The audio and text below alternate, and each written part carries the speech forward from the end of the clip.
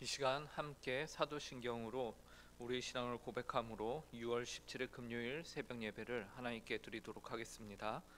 전능하사 천지를 만드신 하나님 아버지를 내가 믿사오며 그 외아들 우리 주 예수 그리스도를 믿사오니 이는 성령으로 잉태하사 동정녀 마리아에게 나시고 본디오 빌라도에게 고난을 받으사 십자가에 못 박혀 죽으시고 장사한 지 사흘 만에 죽은 자 가운데서 다시 살아나시며 하늘에 오르사 전능하신 하나님 우편에 앉아 계시다가 저리로서 산 자와 죽은 자를 심판하러 오시리라. 성령을 믿사오며 거룩한 공회와 성도가 서로 교통하는 것과 죄를 사하여 주시는 것과 몸이 다시 사는 것과 영원히 사는 것을 믿사옵나이다. 아멘. 이 시간 찬송가 212장 겸손히 주를 섬길 때 함께 찬송하도록 하겠습니다. 찬송가 212장입니다. 이전 찬송가는 347장입니다.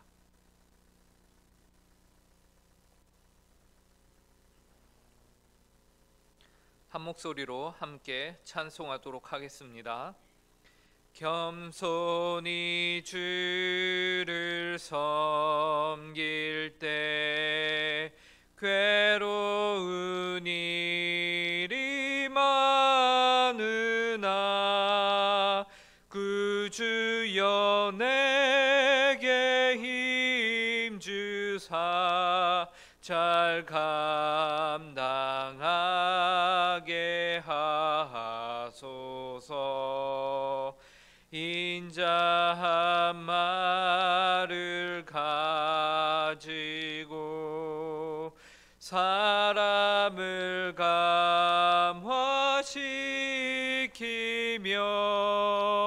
갈 길을 잃음을 이르 잘 인도하게 하소서. 그 주의 귀한 인내를 깨달아 알게 하시고 굳건한 믿음 주셔서 늘 승리하게 하소서. 장래의 영광 비추사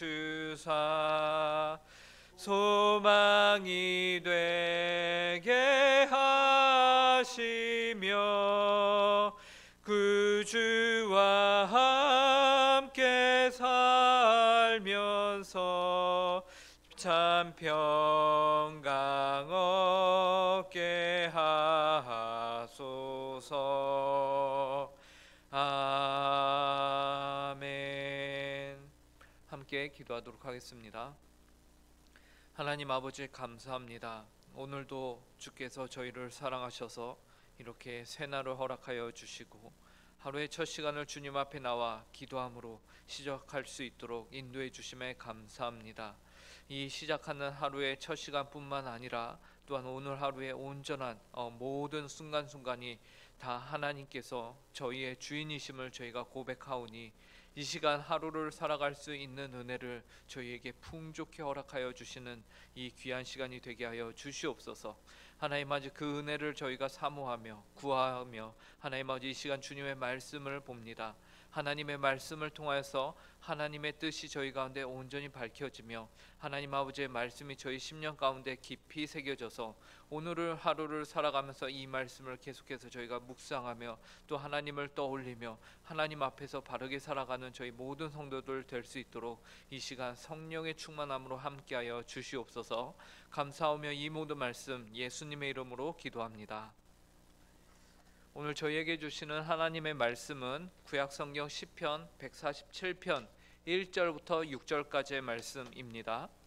구약성경 시편 147편 1절부터 6절까지의 말씀, 하나님의 말씀을 저희가 함께 읽도록 하겠습니다. 제가 가진 성경으로 구약 908쪽에 있습니다. 시편 147편 1절부터 6절까지를 함께 읽도록 하겠습니다. 함께 읽겠습니다. 시작. 할렐루야. 우리 하나님을 찬양하는 일이 선함이여 찬송하는 일이 아름답고 마땅하도다. 여호와께서 예루살렘을 세우시며 이스라엘의 흩어진 자들을 모으시며 상심한 자들을 고치시며 그들의 상처를 싸매시는도다. 그가 별들의 수요를 세시고 그것들을 다 이름대로 부르시는도다. 우리 주는 위대하시며 능력이 많으시며 그의 지혜가 무궁하시도다. 여호와께서 겸손한 자들은 붙드시고 악인들은 땅에 엎드러 뜨리시는도다. 아멘. 오늘 본문은 우리에게 인생에 있어서 마땅한 일이란 무엇인가에 대해서 아주 명쾌하게 대답을 해주고 있습니다. 그것은 바로 우리 하나님을 찬양하는 일이 인생에 있어서 마땅한 일이다라는 것이죠. 제가 1절을 다시 한번 읽어보겠습니다. 할렐루야. 우리 하나님을 찬양하는 일이 선함이여 찬송하는 일이 아름답고 마땅하도다. 이 세상을 살아가는 수많은 사람들이 존재합니다. 그들은 모두 각자의 인생의 목표를, 다른 말로 표현을 하면 각자의 인생의 마땅한 바를 가지고서 살아갑니다. 그런데 그 목표는 사실 한 가지로 요약이 가능합니다. 그것은 바로 개인의 행복의 추구인 것이죠. 그래서 어떤 이들은 그 행복을 얻기 위해서 좋은 직장에 들어가려고 노력을 합니다.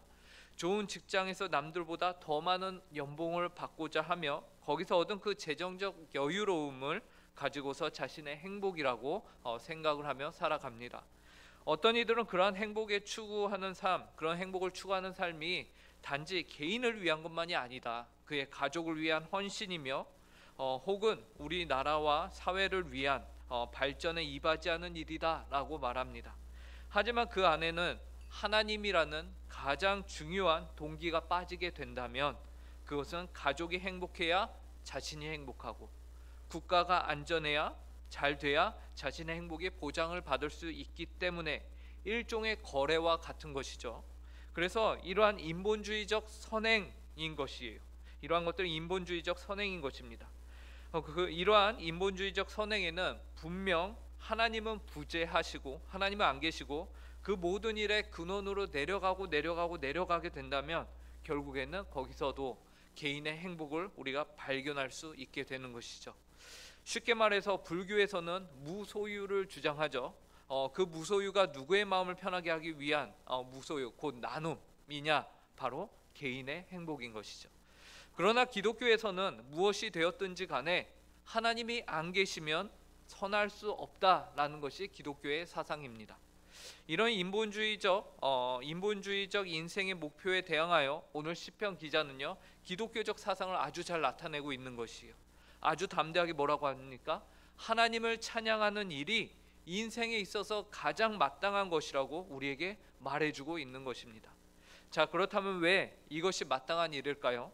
왜 하나님을 찬양하는 것이 인생에게 있어서 가장 중요한 일일까요? 왜 아름다운 일일까요? 사실 시편 147편에서는 여호와 하나님을 찬양하라 라는 구절이 총 3번 등장을 합니다.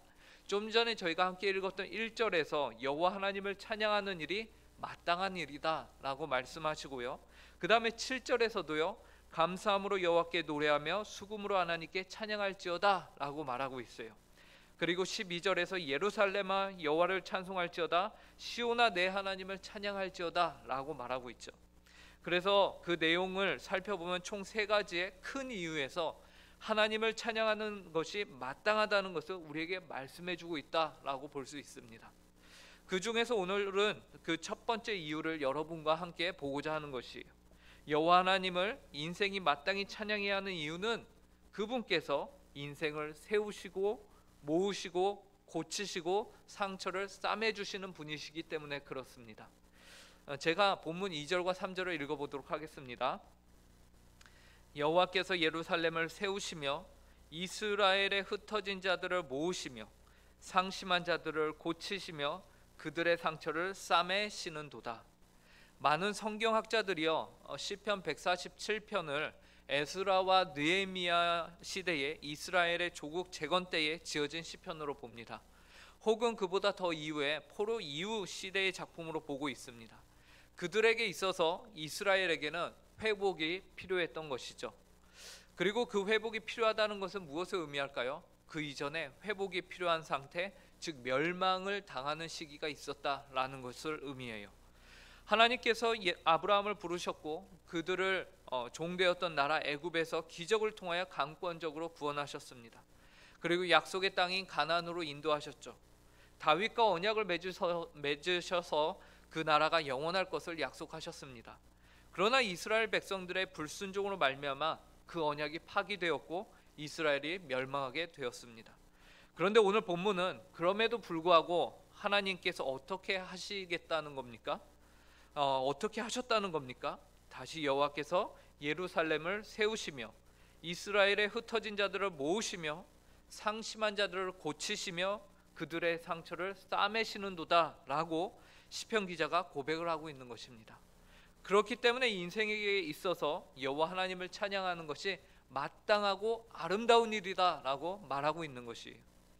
때로 우리는 인생을 살면서 하나님을 우리의 어려움으로부터 분리시키는 경향이 있습니다. 우리 생각에 그리고 우리 욕심에 하나님을 믿으면 우리의 삶에 있어서 어려운 일들은 모두 우리를 피해가기를 바라는데 믿어도 안 믿는 사람들과 별반 다르지 않게 어려움을 겪고 때로는 안 믿는 사람보다 더 힘들게 살아가는 인생이 바로 성도의 삶처럼 느껴지는 것이죠. 그 결과 하나님에 대한 신앙심을 우리의 삶에서는 어느 정도 분리시키고는 내가 할 수 있는 일들은 하나님 없이 내 뜻대로 나의 지혜와 힘으로 해결을 하며 살아가고자 하는 경우가 있습니다. 그러한 생각 이면에는 하나님은 모르신다. 내 상황을, 내 형편을 아시고서야 어떻게 이러실 수 있는가라는 실망감과 함께 원망의 생각들이 그 안에 자리를 잡고 있는 것이죠. 그 결과 하나님을 우리의 실제적인 삶으로부터는 거리를 두고 생활하게 됩니다. 생각을 하게 됩니다. 신앙은 신앙이고 현실의 삶은 삶이다라는 것이. 그런데 이러한 생각은 틀린 생각입니다. 우리의 인생을 다시 세우시며 흩어진 자들을 모으시고 상심한 자들을 고치시며 그들의 상처를 싸매 주시는 하나님은 무궁무진한 지혜를 가지고서 그의 백성들의 형편을 모두 아시며 돌보시는 하나님이라고 오늘 본문이 말하고 있기 때문에 그래요. 단지 우리는 먼저 우리의 죄악됨을 하나님 앞에 회개해야 할 필요가 있습니다. 또 모든 것을 아시는 하나님을 신뢰함으로 그분을 기다리고 찬송하는 일, 즉 인생의 마땅한 일에 게으르지 않도록 해야 할 필요가 있는 것이죠. 하나님의 무궁무진한 그 지혜가 4절과 5절에 잘 나와 있습니다. 제가 읽어보겠습니다. 그가 별들의 수요를 세시고 그것들을 다 이름대로 부르시는도다. 우리 주는 위대하시며 능력이 많으시며 그의 지혜가 무궁하시도다. 여러분 생각해 보십시오. 밤하늘의 별이 얼마나 많습니까? 그죠? 심지어 우리의 육안으로 보이지 않는 별들까지 치면 하늘에는 수억만 개의 별들이 존재합니다. 그런데 우리 하나님께서는 그 별들의 이름을 하나하나 다 알고 계시며 또 부르신다라고 말씀하세요. 그토록 위대하신 분이, 능력이 많으신 분이, 지혜가 무궁하신 분이 무슨 일을 하십니까?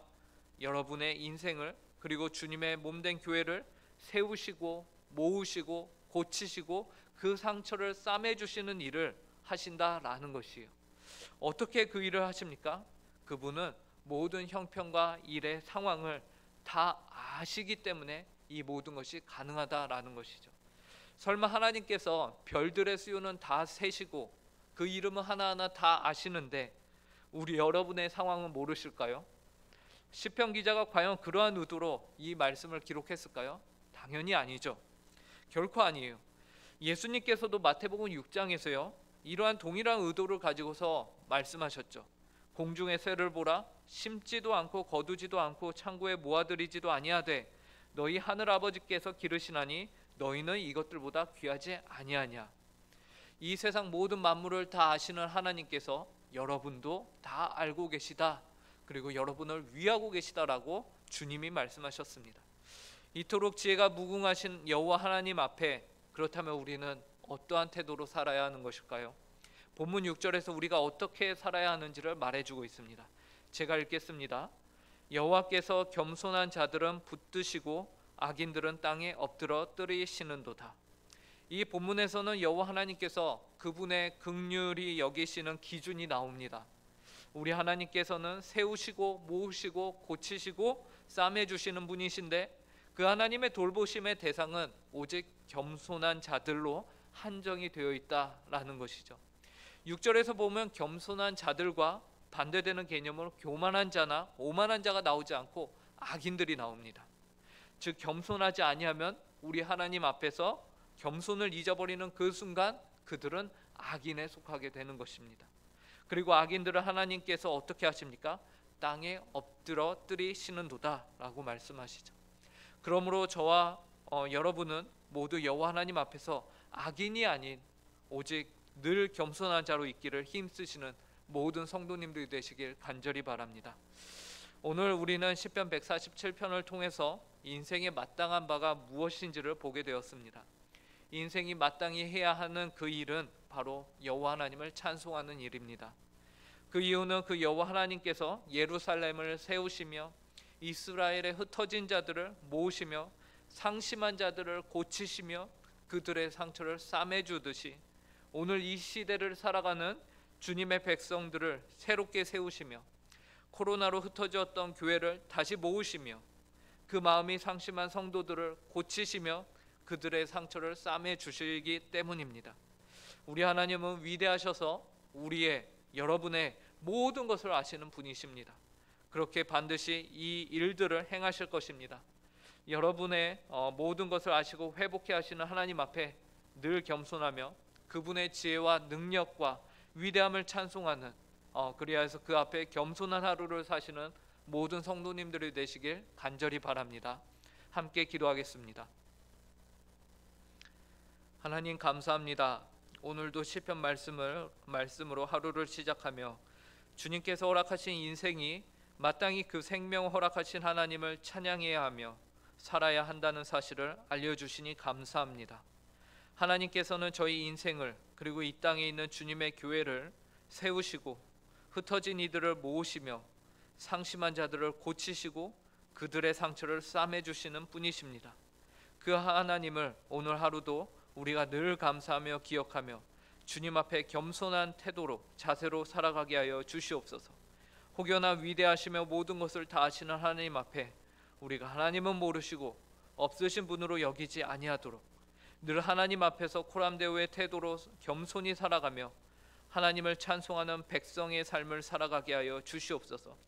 우선적으로 심적으로 지치고 육신적으로 지친 힘든 분들이 계십니다. 하나님 아버지 그분들을 회복시켜 주시고 그 형편을 아시는 주님으로 인하여 위로받는 하루가 될 수 있도록 은혜로 허락하여 주시옵소서.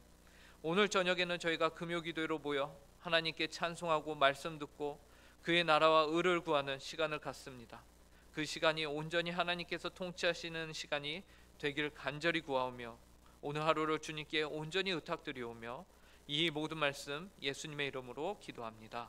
아멘. 하늘에 계신 우리 아버지여, 이름이 거룩히 여김을 받으시오며 나라에 임하옵시며 뜻이 하늘에서 이루어진 것 같이 땅에서도 이루어지이다. 오늘날 우리에게 일용할 양식을 주옵시고 우리가 우리에게 죄 지은 자를 사하여 준 것 같이 우리 죄를 사하여 주옵시고 우리를 시험에 들게 하지 마옵시며 다만 악에서 구하옵소서. 대개 나라와 권세와 영광이 아버지께 영원히 있사옵나이다. 아멘.